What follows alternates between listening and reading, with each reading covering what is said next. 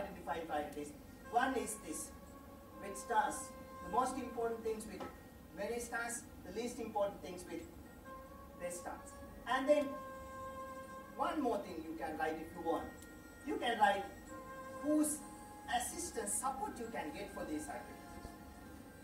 Maybe your parents, maybe your elderly brothers or sisters, maybe your friends. And then the last column is the most important thing. Once you finish any activity, put a big tick in front of that. The action you have taken. That is the satisfaction you get. That is the satisfaction you need. And that is the feedback you have. Otherwise, human beings are also negative-minded. As much as dirty things are easy, bad things are easy, unhealthy food are tasty, that's how this world has been. We normally look at, we normally imagine, we normally dream about what you could not do for the day and become a stressful person. When you have this, you will see how much activities, how many activities, how much time you spend useful. But that's the benefit for you. Don't forget to write your things to do list as much as possible, as frequent as possible. It may be for every task, daily tasks, it may be for every activity, maybe things to do list, maybe checklists. And once you finish it, you can identify whether to do it, whether to delegate it, whether to delay it, or whether to delete it. Once you have the things to do list, only you will understand how many things you can do. And you can come to an agreement with you. I'll finish only this much of work today because I need to relax a little. And then you can see what are the activities you can share with your friends. Maybe delegating, maybe sharing with friends. If you go to town, buy a USB drive. If your friend also going to town to buy a USB drive, why? What if you go? You can ask your friend, can you buy it for me today? I'll do some help tomorrow. And especially when you become adults, especially when you come to this corporate world, you have to use this delegating a lot. And then delay. Once you prepare the things to the list, if you know certain things are very important, you can delay other activities because all these can be put into a matrix of 4 quadrants. This is introduced by a great philosopher again called Stephen Covey. Stephen Covey is known as a guru of time management. He has written a lot of important books, very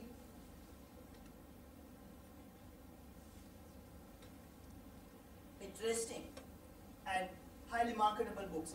The first one is called 7 Habits of Highly Effective People. If you have time, please read that. And he wrote another book called First Things First.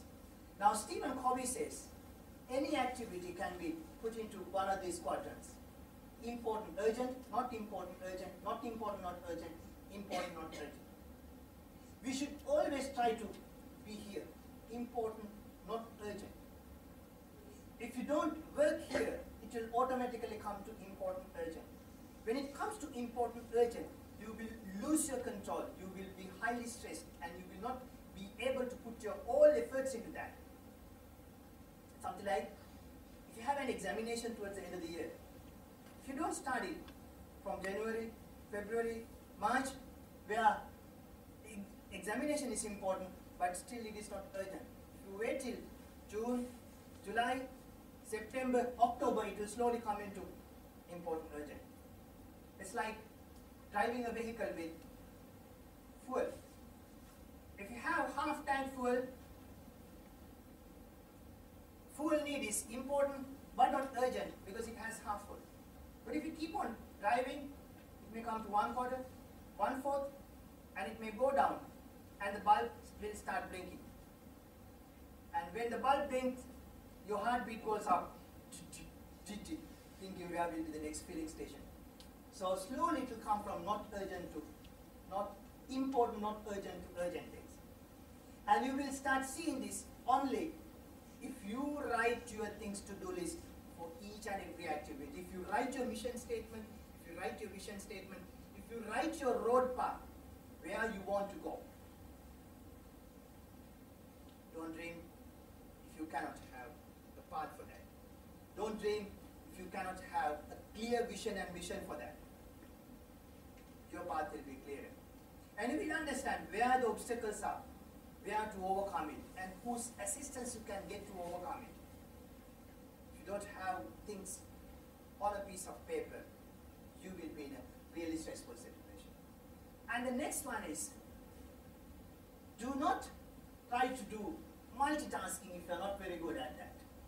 Multitasking means when you try to do too many things at once, while you're doing one thing and try to do another one. Can I give you exercise to have a piece of paper? You can take a piece of paper. I want you to write this statement. Don't start till I ask you to do it. What I want you to write is, multitasking is worse than a lie. When you're ready with a piece of paper and a pen, let me know. I will tell you when to start. I will tell you when to start when you're ready. The assignment is this. I want you to write this statement. Multitasking is worse than a lie. There are 27 letters. After writing this statement, I want you to write number 1 below M, number 2 below U, number 3 below L, up to 27 letters. And then you should tell me how long you spent for that. You need a pen, paper. Ready? Are you ready? Once you finish, look at the screen. There's a timer working. This is what I want to do. Right? Multitasking is worse than a lie, and numbers below that. Ready? 1, 2, 3, start. Write multitasking is worse than a lie, and then write 1, 2, 3, 4 up to 27 under each letter, and look at the screen and note down the time. That is the timer.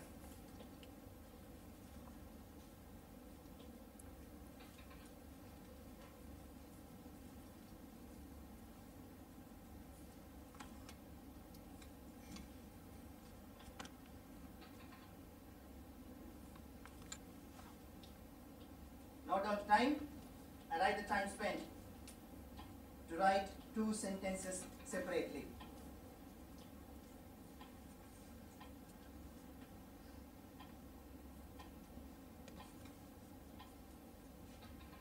Done? Finished? Right. The second assignment is, I want you to do multitasking. The multitasking is, while you are writing multitasking is worse than a lie, I want to write 1, 2, 3, 4 also at the same time. M, 1, U, 2, L, 3. That is doing 2 things at once. Ready? This is what I want you to do. This is the second exercise. Write M and 2, U, 2, 1, M, 1, U, 2, L, 3, T, etc. Right. Ready? Don't start.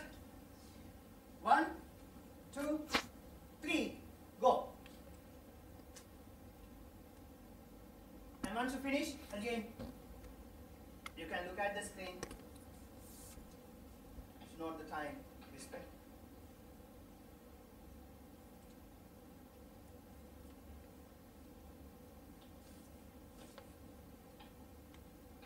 I'm not going to check your spellings, but spelling should be correct.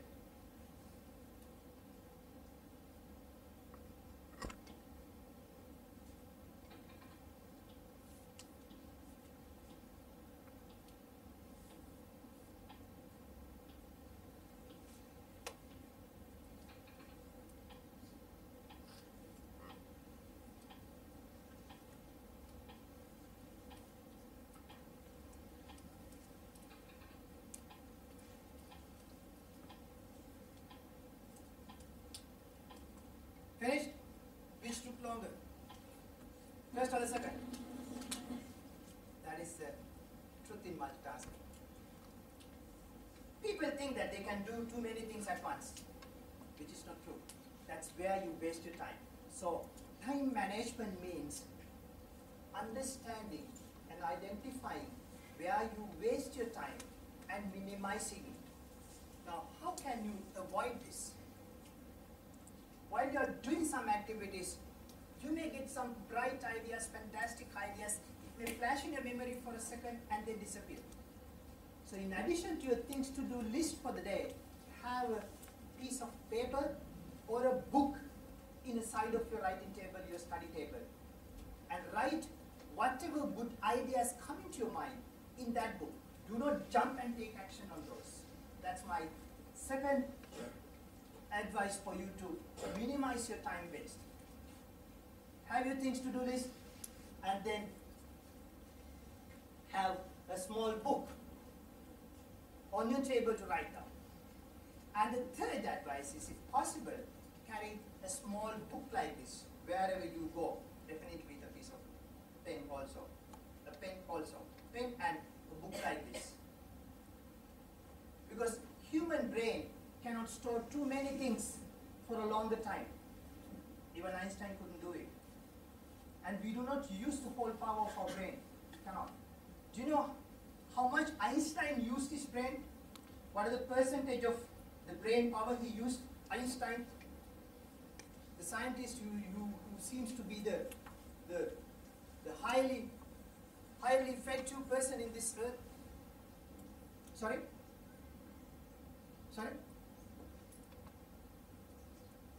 Einstein used a little more than that. How much we use? We use 4 to 5% of our brain power. Einstein used something between 14 to 16%, not more than that. So why do you want to store unnecessary things on our brain while the brain power we can use is only 3 to 4%, 4 to 5%, not more than that. So try to start doing this. Whenever good idea comes, write on that. Because we waste a lot of time not because of having this habit. Now I have seen many people, when they want to write things, they write on palm. And it lasts only few minutes until they have their meal or go to the toilet, right? That disappears. And in some situations, when people want to write down things on papers, they tear off a small piece from a newspaper on a side and write and put it in a pocket. Next day morning, when you iron your shirt, you will find a small blue dot here. Then you'll remember that is a piece of paper you want to have. So if you have a book like this, have a book on the desk, have a book next to the telephone. Most of the telephone conversations ends with some messages and you forget it after finishing the telephone conversation. And you have to call again and ask, what did you say? What is the date you said? When are we going to agree? For you students, you should have one next to the bed also. While you're dreaming, you may get some good ideas to solve your mathematics, to solve your homework problems, etc. And have a book next to the bed. And write it down as quickly as possible. But be careful, parents might think something else. And if you're using a vehicle, use it in the vehicle and have one in the book. That's one way of organizing your thoughts. And the second problem is, we don't pay attention to minor details. Can you read this? Can you read this loud? Read loud.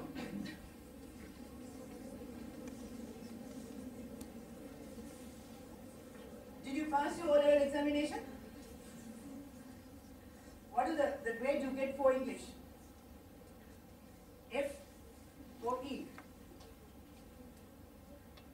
What is this? Is this how you write this? What is it? This is what has happened to human brain today. Because of too much work, you try to assume things. When you look at the first letter and the last letter, you assume it should be the word this. That's what happened to those who are using Microsoft Word also. When you type a word, Bill Gates proposed something else, and you put that into the letter. And ultimately, when you read the letter, there's no any